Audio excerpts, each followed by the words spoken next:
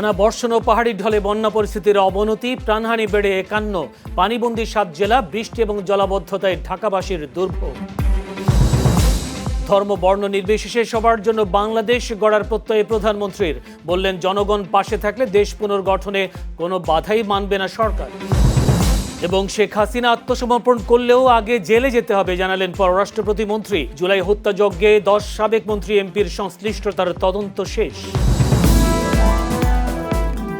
আমন্ত্রণ চ্যানেলে সন্ধ্যার কথায়, সাথে আছি আমি জয়নুল আবেদিন। শুনছিলেন শিরোনাম, এবারে বিস্তারিত। প্রকৃতির বৈরী রূপে এক যোগে বিপর্যস্ত বাংলাদেশ।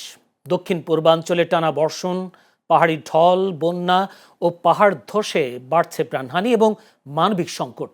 একদিকে চলছে উদ্ধার ও ত্রাণ কার্যক্রম, অন্যদিকে বন্যা ও জলাবদ্ধতা বাড়িয়েছে ভোগান্তি। একই সময়ে আজও বৃষ্টি, জলাবদ্ধতা ও তীব্র যানজটে কার্যত স্থবির রাজধানী ঢাকা।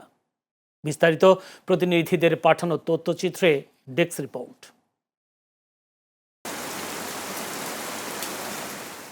বৈরী আবহাওয়ায় বিপর্যস্ত পুরো দেশ। টানা ভারী বর্ষণ, উজান থেকে নেমে আসা পাহাড়ি ঢল, বন্যা ও পাহাড় ধসে দেশের দক্ষিণ পূর্বাঞ্চলে বাড়ছে প্রাণহানি, বিস্তৃত হচ্ছে মানবিক সংকট। বর্ষণ অব্যাহত থাকায় বন্যা পরিস্থিতির আরও অবনতি হয়েছে। এখন পর্যন্ত দুর্যোগে মৃতের সংখ্যা বেড়ে দাঁড়িয়েছে ৫১ জনে। সবচেয়ে বেশি প্রাণহানি হয়েছে কক্সবাজারে, যেখানে বন্যা ও পাহাড় ধসে প্রাণ হারিয়েছেন ২৮ জনে। দেশের ৭ জেলা বর্তমানে বন্যা ও জলাবদ্ধতা কবলিত। পানিবন্দী হয়ে পড়েছেন লাখো মানুষ। ক্ষতিগ্রস্ত মানুষের সংখ্যা ছাড়িয়েছে ১০ লাখে। বন্যা ক্ষতিগ্রস্ত মানুষের কাছে ত্রাণ দিবার চেষ্টা করব এবং ওনারা যারা এলাকার সচেতন ব্যক্তি হল আছেন তারাও এগিয়ে আইন বন্যায় সহযোগিতা করুন। আমাদের সমস্ত এলাকা বন্যায় প্লাবিত হয়ে গেছে। বন্যা প্লাবিত হওয়ার পরে প্রশাসন যা দিচ্ছে তার পাশাপাশি বিত্তবানরা যদি এগিয়ে আসে তাহলে বন্যার কিছু সংকট কাটিয়ে উঠবে। দুর্গতদের আশ্রয় দিতে চালু করা হয়েছে ১,১৩১টি আশ্রয় কেন্দ্র, যেখানে ইতোমধ্যে আশ্রয় নিয়েছেন ৪৪,০০০-এরও বেশি মানুষ। প্রায় ৩৫,০০০ পিসের মধ্যে পানি বিশুদ্ধকরণ ট্যাবলেট বিতরণ করছি। আরও আমাদের পর্যাপ্ত পরিমাণ পানি বিশুদ্ধকরণ ট্যাবলেট মজুদ আছে। আমরা মোবাইল ট্রিটমেন্ট প্লান্টের মাধ্যমে, আমাদের এখানে ২টা ওয়াটার ক্যারিয়ার গাড়ি এবং মোবাইল ট্রিটমেন্ট প্লান্টের গাড়ি আছে, এগুলি দিয়ে আমরা মানুষের কাছে সুপে পানির ব্যবস্থা করতেছি। আমরা এর জন্য নিরলসভাবে চেষ্টা করতেছি। প্রায় ৬৯টি ইউনিয়নই ক্ষতিগ্রস্ত, প্রায় ২ থেকে ২.৫ লক্ষ লোক পানিবন্দী আছে। তবে সৌভাগ্যের বিষয় যে গতকালকে থেকে বৃষ্টি অনেকটা কমে গেছে, পানি দ্রুত নেমে যাচ্ছে। আমাদের কক্সবাজারের জন্য সরকারের পক্ষ থেকে ইতিমধ্যে ৩০ লক্ষ টাকা এবং ৪৫০ লক্ষ চাল বরাদ্দ দেওয়া হয়েছে। মাননীয় প্রধানমন্ত্রী নিজেও কিছুক্ষণ আগে আমাদের সাথে মত নির্দেশনা প্রদান করেছেন। এদিকে টানা বর্ষণে কার্যত স্থবির হয়ে পড়েছে রাজধানী ঢাকাও। গত ২৪ ঘন্টা ১৭৫ মিলিমিটার বৃষ্টিপাতের মধ্য দিয়ে প্রায় ১৭ বছর পর রাজধানীতে সর্বোচ্চ বৃষ্টিপাতের রেকর্ড হয়েছে। এর প্রভাবে প্রধান সড়ক, অলিগলি ও নিম্নাঞ্চল পানিতে তলিয়ে গিয়ে সৃষ্টি হয়েছে ভয়াবহ জলাবদ্ধতা। অবশ্যই সমস্যা হচ্ছে। আজকে আমি স্কুলের জন্য অনেক লেট হয়ে গেছিলাম, আমার এক্সাম চলতেছিল অ্যান্ড আমাদের এটা বাতিল করে নেয় এক্সাম, অ্যান্ড আমার পা পুরো ভিজে গেছে, আমার কালকেও এক্সাম আছে। সরকারের আসলে এটা ভালো ভালো পদক্ষেপ নেওয়া উচিত, যে সরকারের যে জলাবদ্ধতা যে সৃষ্টি হইতেছে এর তাহলে কাজ করা উচিত। কষ্ট হচ্ছে, চলাফেরা মানে আমাদের জন্য খুবই একটা দুর্ভোগের সৃষ্টি হয়েছে। এই পানি নিষ্কাশনের ড্রেনেজ ব্যবস্থা খুবই দুর্বল। আমি মনে করি এটার সমাধান হলো, একমাত্র উপায় হলো সরকারের যে সুসমন্বিত একটা ব্যবস্থা যদি না হয় আর ড্রেনেজ ব্যবস্থাটা যদি উন্নতি না করে তাহলে এটা কখনোই সম্ভব হবে না। এদিকে আবহাওয়া অফিস জানিয়েছে, মৌসুমি বায়ু সক্রিয় থাকায় আগামী কয়েকদিনেও দেশের বিভিন্ন অঞ্চলে, বিশেষ করে ঢাকা বিভাগে মাঝারি থেকে অতি ভারী বৃষ্টিপাত অব্যাহত থাকতে পারে। Channel S news desk. জনগণের সমর্থন ও অংশগ্রহণকে দেশ পুনর্গঠনের সবচেয়ে বড় শক্তি হিসেবে উল্লেখ করেছেন প্রধানমন্ত্রী তারেক রহমান।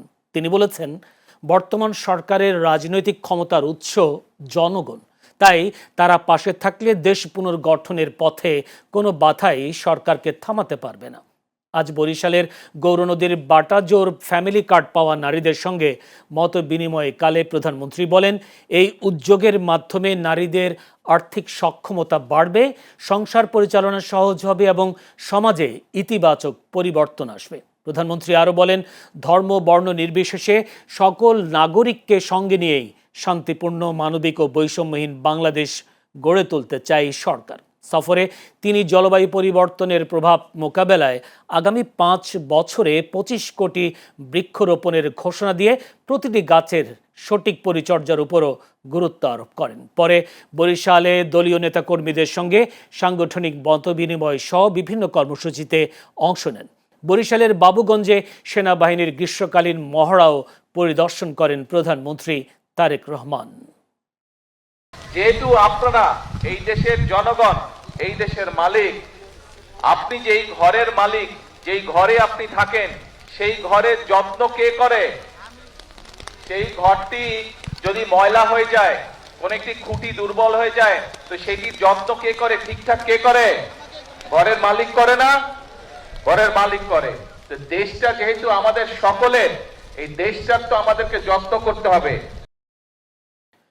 ভারতে অবস্থানরত সাবেক প্রধানমন্ত্রী শেখ হাসিনা যেখানেই আত্মসমর্পণ করুন না কেন, বাংলাদেশের প্রচলিত আইন অনুযায়ী তাকে প্রথমে কারাগারে যেতে হবে বলে জানিয়েছেন পররাষ্ট্র প্রতিমন্ত্রী শামা ওবায়েদ। আজ পররাষ্ট্র মন্ত্রণালয়ে সাংবাদিকদের সঙ্গে আলাপকালে তিনি বলেন, শেখ হাসিনা একজন সাজাপ্রাপ্ত আসামি, তাই তিনি বাংলাদেশে, বিদেশে, বাংলাদেশের কোনো মিশনে কিংবা অন্য কোথাও আত্মসমর্পণ করলেও আইনি প্রক্রিয়া একই থাকবে এবং তাকে আদালতের দেওয়া সাজা অনুযায়ী আইনের মুখোমুখি হতে হবে। প্রতিমন্ত্রী আরও বলেন, বন্দি বিনিময় চুক্তির আওতায় তাকে দেশে ফিরিয়ে আনতে সরকারের কূটনৈতিক প্রচেষ্টা অব্যাহত রয়েছে। এছাড়া শেখ হাসিনার দেশে ফেরার ঘোষণার বিষয়ে শামা ওবায়েদ বলেন, আত্মগোপনে থাকা আওয়ামী লীগের নেতাকর্মীদের উজ্জীবিত করতেই শেখ হাসিনা এই কথা বলেছেন। উনি যদি আত্মসমর্পণ করে তাহলে ওনার বাংলাদেশের আইন অনুযায়ী ওনার বিরুদ্ধে ব্যবস্থা হবে, ওনাকে জেলে যেতে হবে এবং সেইভাবে আইনের গতিতে চলবে। তো যে আসামি যদি আত্মসমর্পণ না করে যে উনি বিদেশে বসে বক্তব্য দিচ্ছে, এগুলো তো আমি মনে করি রাজনৈতিকভাবে ওনার আওয়ামী লীগের যারা নেতাকর্মীরা পালিয়ে আছে, লুকিয়ে আছে, তাদেরকে জাগ্রত করার জন্য, উজ্জীবিত করার জন্য বলছে। এছাড়া তো কোনো কারণ আমি দেখছি না। জুলাই হত্যাযজ্ঞের ঘটনায় সাবেক মন্ত্রী ডাক্তার দীপু মনি, আমির হোসেন আমু, শাহজাহান খান, কামাল আহমেদ মজুমদার, আব্দুর রাজ্জাক সহ আওয়ামী লীগের প্রায় 10 জন সাবেক এমপি ও মন্ত্রীর বিরুদ্ধে তদন্ত প্রতিবেদন হাতে পেয়েছে রাষ্ট্রপক্ষ। আজ এ তথ্য জানিয়েছেন আন্তর্জাতিক অপরাধ ট্রাইব্যুনালের চিফ প্রসিকিউটর আমিনুল ইসলাম। তিনি বলেন, তদন্ত প্রতিবেদনগুলো যাচাই বাছাই ও আইনগত পর্যালোচনার কাজ শেষ পর্যায়ে রয়েছে। সব প্রক্রিয়া সম্পন্ন করে চলতি মাসের মধ্যেই তাদের বিরুদ্ধে আনুষ্ঠানিক অভিযোগ দাখিল করা হবে। অভিযুক্তদের বিরুদ্ধে সুপারিয়র রেসপন্সিবিলিটি বা ঊর্ধ্বতন দায়িত্বশীলতার অভিযোগ আনা হবে। একই সঙ্গে চিফ প্রসিকিউটর জানান, জুলাই হত্যাযজ্ঞ সংক্রান্ত 24টি মামলা বর্তমানে বিচারাধীন রয়েছে এবং এরই মধ্যে 6টি মামলার রায় হয়েছে। এদিকে বহুল আলোচিত শাপলা চত্বর হত্যা মামলার তদন্ত শেষ হয়েছে। তদন্ত প্রতিবেদন পর্যালোচনা শেষে আগামী 21 জুলাই ওই মামলায় ট্রাইব্যুনালে আনুষ্ঠানিক অভিযোগ দাখিল করা হবে বলে জানানো হয়। রাজধানী ঢাকার জলাবদ্ধতার অন্যতম প্রধান কারণ হিসেবে পলিথিনকে দায়ী করেছেন ঢাকা দক্ষিণ সিটি কর্পোরেশনের প্রশাসক আব্দুস সালাম। আজ নগর ভবনে সংবাদ সম্মেলনে তিনি বলেন, পলিথিনের ব্যবহার কমানো না গেলে রাজধানীর জলাবদ্ধতা স্থায়ীভাবে দূর করা কঠিন হবে। সাম্প্রতিক ভারী বর্ষণের সময় যেসব এলাকায় জলাবদ্ধতা সৃষ্টি হয়েছে সেসব স্থানের ড্রেন ও পানি চলাচলের পথ পরিষ্কার করতে গিয়ে বিপুল পরিমাণ পলিথিন উদ্ধার করেছেন সিটি কর্পোরেশনের পরিচ্ছন্ন কর্মীরা। তাই পরিবেশ ও নগর ব্যবস্থাপনা রক্ষায় পলিথিনের ব্যবহার বন্ধে কঠোর সরকারি পদক্ষেপ নেওয়ার আহ্বান জানান তিনি। ডিএসসিসি প্রশাসক আরও বলেন, ঢাকার জলাবদ্ধতা দীর্ঘদিনের সমস্যা এবং এটি উত্তরাধিকার সূত্রে পাওয়া একটি সংকট। এই পরিস্থিতির স্থায়ী সমাধানে রাজধানীর দখল ও ভরাট হওয়া খালগুলো পুনরুদ্ধার, প্রাকৃতিক পানি প্রবাহ স্বাভাবিক করা এবং বুড়িগঙ্গা ও শীতলক্ষ্যা নদীতে দ্রুত পানি নিষ্কাশনের কার্যকর ব্যবস্থা গড়ে তোলার উপর গুরুত্ব আরোপ করেন তিনি। পলিথিনটাকে আমরা যে কোনোভাবে হোক যদি আমরা বন্ধ করতে না পারি, তাহলে কোনোভাবেই আজকে এই জলাবদ্ধতা বা আজকে আমাদের মূল সমস্যাটা হয়ে গেছে পলিথিন। এইটার ব্যাপারে আমাদের একটা আন্দোলন করতে হবে এবং কারণ বর্ষা কিন্তু আমাদেরকে তলিয়ে দেয়, এটা আগে থেকে হয়েছে। তবে আমাদের এটা হলো যে বৃষ্টির যে পানিগুলো যেটা আসবে সেটা যদি দ্রুত সময়ে আমরা সরাতে পারি।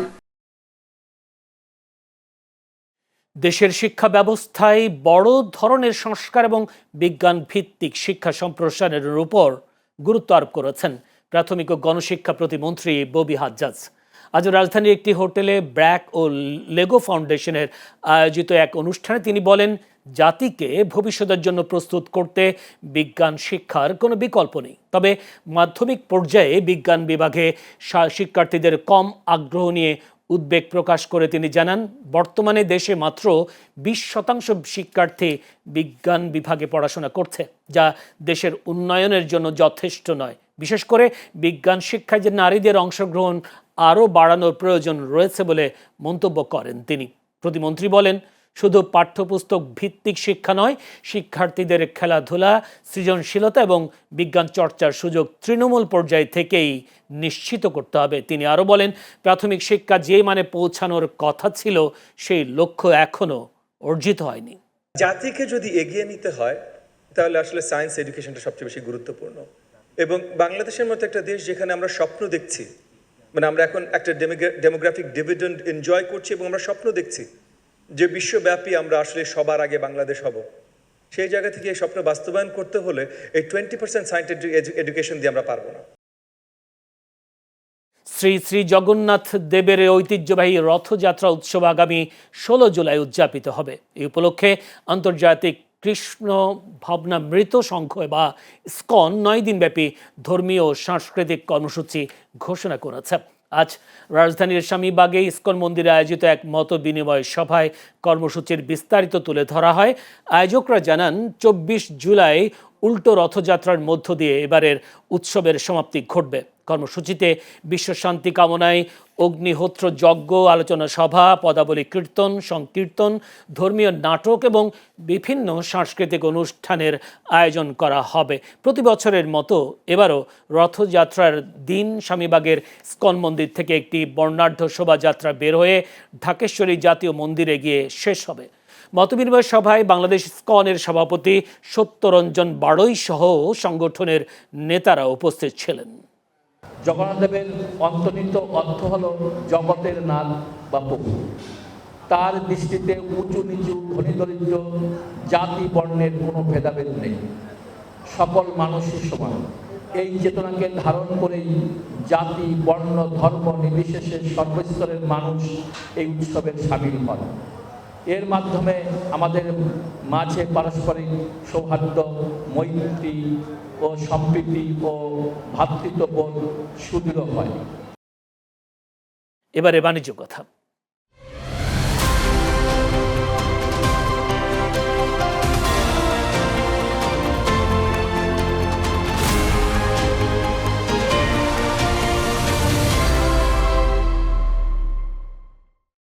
দেশের বৈদেশিক মুদ্রার রিজার্ভ ও প্রবাসী আয় 2 সূচকেই হয়েছে ইতিবাচক অগ্রগতি। বাংলাদেশ ব্যাংকের সর্বশেষ তথ্য অনুযায়ী দেশের মোট গ্রস বৈদেশিক মুদ্রার রিজার্ভ বেড়ে দাঁড়িয়েছে 36.58 বিলিয়ন মার্কিন ডলারে। আর আন্তর্জাতিক মুদ্রা তহবিল বা IMF এর BPM 6 হিসাব পদ্ধতি অনুযায়ী রিজার্ভের পরিমাণ এখন 31.94 বিলিয়ন ডলার। একই সময়ে প্রবাসী আয়ও ঊর্ধ্বমুখী ধারা অব্যাহত রয়েছে। চলতি জুলাই মাসের প্রথম 11 দিনেই দেশে এসেছে 115 কোটি 40 লাখ মার্কিন ডলার রেমিটেন্স, যা গত বছরের একই সময়ের তুলনায় উল্লেখযোগ্য বেশি। অর্থাৎ প্রতিদিন গড়ে দেশে এসেছে প্রায় 10 কোটি 49 লাখ ডলার।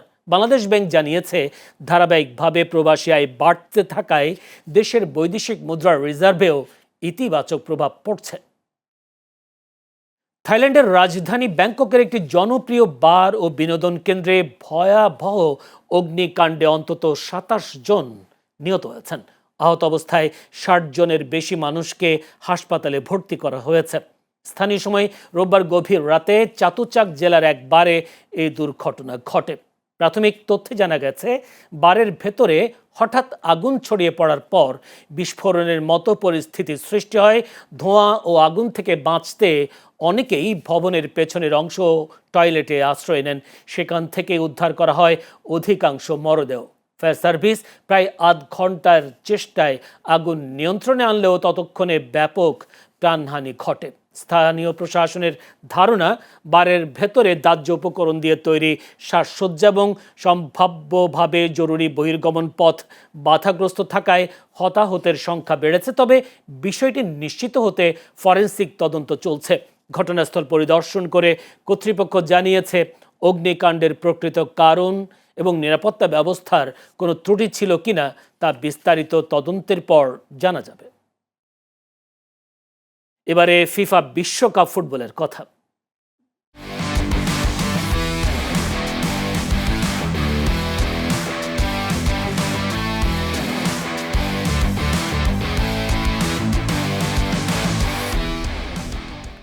বিশ্বকাপের 2 সেমিফাইনালকে ঘিরে ফুটবল বিশ্বে এখন তুমুল উত্তেজনা।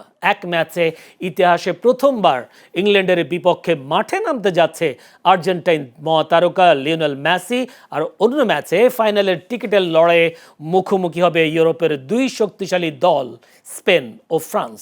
2 শতাধিক আন্তর্জাতিক ম্যাচ ও 125 গোলের ক্যারিয়ারেও কখনো ইংল্যান্ডের বিপক্ষে খেলেননি মেসি। তাই আর্জেন্টিনা ইংল্যান্ড সেমিফাইনাল ঘিরে বাড়তি আগ্রহ তৈরি হয়েছে। বিবিসির বিশ্লেষক মাইকা রিচার্ডসের মতে, মেসিকে মার্ক করা প্রায় অসম্ভব। আর ওয়েন রুনি বলেছেন, ম্যাচের গুরুত্বপূর্ণ মুহূর্তে মেসির সিদ্ধান্ত নেওয়ার ক্ষমতাই তাকে সবচেয়ে ভয়ঙ্কর করে তোলে। অন্যদিকে স্পেনের বিপক্ষে সেমিফাইনালের আগে আত্মবিশ্বাসী ফ্রান্স, যদিও চলতি বিশ্বকাপে স্পেন মাত্র 1টি গোল হজম করে সবচেয়ে শক্তিশালী রক্ষণভাগের দল হিসেবে নিজেদের প্রমাণ করেছে। ফরাসি ডিফেন্ডার ইব্রাহিমা কোনাতে বলেছেন, স্পেনকে যথেষ্ট সমীহ করা হলেও ভয় পাওয়ার কোনো কারণ নেই। আর সতীর্থ মাক্সোস লাকোয়া জানিয়েছেন, স্পেনের প্রতিটি খেলোয়াড়ই মানসম্পন্ন, তবে ফ্রান্সের লক্ষ্য একটাই, ফাইনালে ওঠা। চ্যানেলে সন্ধ্যার কথা শেষ করার আগে শিরোনামগুলো দেখে নিচ্ছি আরও একবার।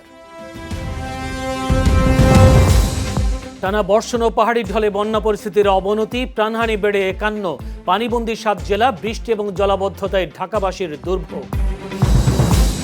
ধর্ম বর্ণ নির্বিশেষে সবার জন্য বাংলাদেশ গড়ার প্রত্যয়ে প্রধানমন্ত্রীর, বললেন, জনগণ পাশে থাকলে দেশ পুনর্গঠনে কোনো বাধাই মানবে না সরকার। শেখ হাসিনা আত্মসমর্পণ করলেও আগে জেলে যেতে হবে, জানালেন পররাষ্ট্র প্রতিমন্ত্রী। জুলাই হত্যাযজ্ঞে 10 সাবেক মন্ত্রী এমপির সংশ্লিষ্টতার তদন্ত শেষ। ব্যাংককের বারে ভয়াবহ অগ্নিকাণ্ড, নিহত অন্তত 27 জন, হাসপাতালে চিকিৎসাধীন 60 জনের বেশি, তদন্ত কমিটি গঠন। এবং বিশ্বকাপ সেমিফাইনালের 4 পরাশক্তি মঙ্গলবার স্পেনের মুখোমুখি হবে ফ্রান্স, বুধবার ইংল্যান্ডের প্রতিপক্ষ বর্তমান বিশ্ব চ্যাম্পিয়ন আর্জেন্টিনা। এই ছিল চ্যানেল এস সন্ধ্যার কথায়। দর্শক, চ্যানেল এসের সব সংবাদ দেখতে ভিজিট করুন youtube.com/channelsnews এবং facebook.com/channelsnews এই পেজে। এতক্ষণ সঙ্গে থাকার জন্য ধন্যবাদ সবাইকে।